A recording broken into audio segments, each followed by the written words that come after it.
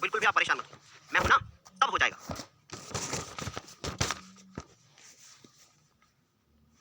बिल्कुल भी आपको परेशान नहीं होना है।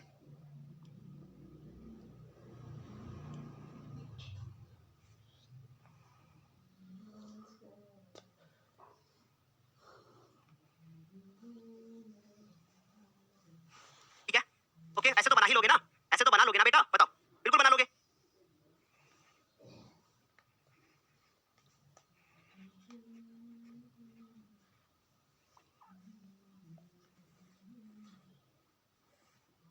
ठीक, ओके, चलो, तो अब यहाँ तक तो इतनी बात बढ़िया से क्लियर हो रही होगी, अच्छे से समझ में आ रही होगी। चलिए अब गौर से देखना इसकी नेमिंग कैसे होगी। ठीक, अब नेमिंग करते वक्त एक ऐसे एक ऐसे एक ऐसे एक ऐसे नहीं खींचना है। मैं 2 दिन 4 दिन से लगातार एक ही बात बताता हुआ आ रहा हूँ कि नेमिंग कैसे करनी है, इस पे फोकस करिए। तो सबसे पहले ये जो आपको यहाँ देखने को मिल रहा है, यह क्या है?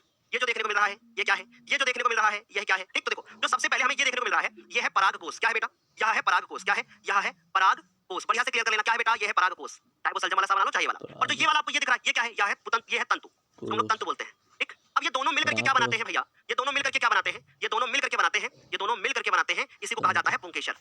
समझ गए? इसी को कहते हैं क्या? पुंकेसर कहा जाता है। ठीक है, बढ़िया से क्लियर हो रहा है। फिर देखो, अब जो आपको ये दिख रहा है, ये क्या दिख रहा है? जो ये पत्ती जैसा वाला भाग दिख रहा है, ये वाला गुलाबी वाला, इसको क्या कहा जाता है? इसको कहा जाता है दलपुंज। इसको क्या बोलते हैं? दलपुंज। इसका काम क्या होता है? पेड़ पौधों को सुंदरता प्रदान करना। ठीक, फिर उसके बाद जो ये ग्रीन कलर का दिख रहा है, इसको अपन लोग क्या बोलते हैं? इसको हम लोग बोलते हैं बाह्य दल।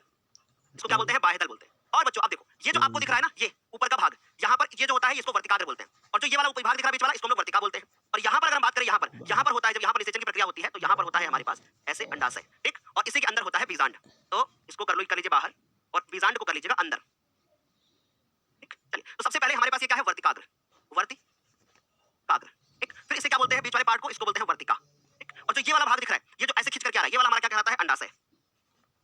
और उसके नीचे क्या होता है? बीजांड। है ना? समझ गए? तो अंदर होता है अंडाशय के बीजांड, नीचे मतलब मैंने इसके नीचे बोला है, कंफ्यूज मत होना। बोलो समझ गए सारे बच्चे? क्लियर हो रहा है? एक बार फटाफट से बताओ। सर लग रहा है कि मैं पास नहीं होऊंगा। भाई देखो, पढ़ोगे तो अच्छा नंबर आएगा, नहीं पढ़ोगे तो परेशान रहोगे। ठीक है, समझ गए? बढ़िया, समझ में आ रही बात? सर लग रहा है बोर्ड का पेपर आप ही ने बनाया है ना? बिल्कुल बिल्कुल बेटा, बहुत ध्यान से देखो। ये क्या है हमारे पास? ये वर्तिकाग्र, वर्तिका और अंडाशय। तो ये हमारे पास क्या है? स्त्रीकेशर।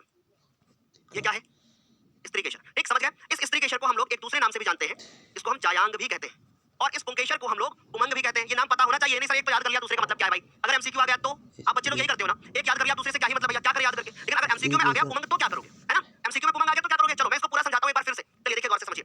अगर बच्चों सबसे पहले बात करें तो हमारे इस पूरे पुष्प में यहाँ पर एक भाग होता है, ये इसको हम लोग क्या बोलते हैं? स्त्रीकेशर बोलते हैं। ठीक है, क्लियर है बात? फिर उसके बाद जो ये पंखुड़ी जैसी लगी होती है, इनको हम लोग दलपुंज बोलते हैं। अब पहले मुझे बताइए स्त्रीकेशर क्या होता है? स्त्रीकेशर एक प्रकार का मादा जनन अंग होता है पुष्प के अंदर। बढ़िया, और जो हमारे पास ये दलपुंज लगे होते हैं, ये पेड़ पौधों को सुंदरता प्रदान करते हैं। जैसे एक महिला साड़ी या सूट या कपड़े पहनती है तो वो सुंदर दिखती है अगर अच्छे कपड़े पहनते हैं। तो अब कोई भी पुष्प कब सुंदर दिखेगा? जब उसके दलपुंज अच्छे होंगे। क्योंकि आपने देखा होगा कि लोग पहले पंखुड़ी छू करके देखते हैं। यानी दलपुंज का काम होता है पेड़ पौधों को मतलब पुष्प को सुंदरता प्रदान करना। बढ़िया, क्लियर हो गया?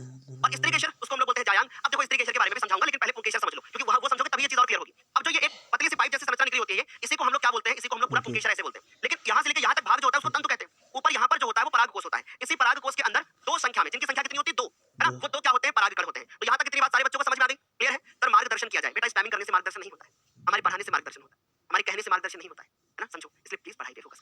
क्लियर हुआ? तो यहाँ तक समझ में आया? अब देखो क्या होता है, इसके अंदर होते हैं परागकण। ये परागकण निकलते हैं और यहाँ पहुंचते हैं ऐसे, और यहाँ पहुंचने के बाद फिर एक नलिका बनती है यहाँ से और वो नीचे पहुंचते हैं। अब क्या होता है वो अभी एक दूसरे प्रश्न में समझेंगे, क्योंकि दूसरा प्रश्न है। तो अब हम समझ गए। अब ये वर्तिकाग्र होता है जो कि इस स्त्रीकेशर के ऊपर का भाग होता है। याद रखिएगा, इस वर्तिकाग्र के पास, जैसे तुम्हारे पास सवेरे सवेरे अगर मैं पहुंचूं, मैं पूछूं तुम्हारे पास क्या है भाई? ठीक, नाक, चिपचिपा पदार्थ, वैसे इसके पास भी चिपचिपा पदार्थ होता है। ठीक है, तो वो चिपचिपा पदार्थ लेकर के जो परागकण होता है ये फूल जाता है, फिर वो धीरे नीचे पहुंचता है, एक रास्ते से जाता है, उसको हम लोग वर्तिका बोलते हैं। जहां पहुंचता है उसको हम लोग अंडाशय बोलते हैं, और अंडाशय के अंदर बीजांड होता है। यहाँ तक मुझे नहीं लगता हमारे किसी बच्चे को कोई दिक्कत होगा। यहाँ तक सारे बच्चों को क्लियर? चलिए, तो अब हम समझते हैं। मान लो इसी पे टिप्पणी लिखने को आ जाए, क्वेश्चन आ जाए, तो ऐसे तो आएगा। तो पुष्पी पादपों में लैंगिक जनन का मुख्य अंग क्या होता है? पुष्प ही होता है। इसके लिए उसके पास क्या होता है? बाह्यदल होता है, दल होता है, पुंकेसर होता है और स्त्रीकेशर होते हैं। ये 4 प्रकार के होते हैं, बाह्यदलपुंज, दलपुंज, उमंग और जायांग। 4 प्रकार हो गए। जो इसमें पुंकेसर होता है वो हमारा नर जनन अंग कहलाता है, जबकि स्त्रीकेशर जो होता है वो मादा जनन अंग कहलाता है। इसके जिनमें जनन कोशिकाएं जो होती हैं वो पाई जाती हैं। क्लियर हो गई तेरी बात? और अब जनन कोशिकाएं कौन सी पाई जाती हैं वो मैं बताता हूं। जैसे मान लो हमारे पास अगर हमारे पास पुंकेसर है, तो पुंकेसर में क्या पाया जाएगा? पुंकेसर में क्या पाया जाएगा? पुंकेसर के अंदर जनन कोशिका जो होती है वो परागकण होती है। और जो स्त्रीकेशर होता है उसके अंदर, क्योंकि पूरी बात पढ़ना बहुत जरूरी है, जो स्त्रीकेशर होता है उसके अंदर जो जनन कोशिका होती है वो क्या होती है? उसके अंदर जनन कोशिका होती है जिसको हम लोग अंडाणु बोलते हैं। तो ये बातें बढ़िया से क्लियर हो रही होंगी। ठीक, आई होप समझ में आया होगा। बाकी ये चीजें डिटेल में लिखिए, अब आप स्क्रीनशॉट ले लो इसका, क्योंकि सब मैं पढ़ा चुका हूं।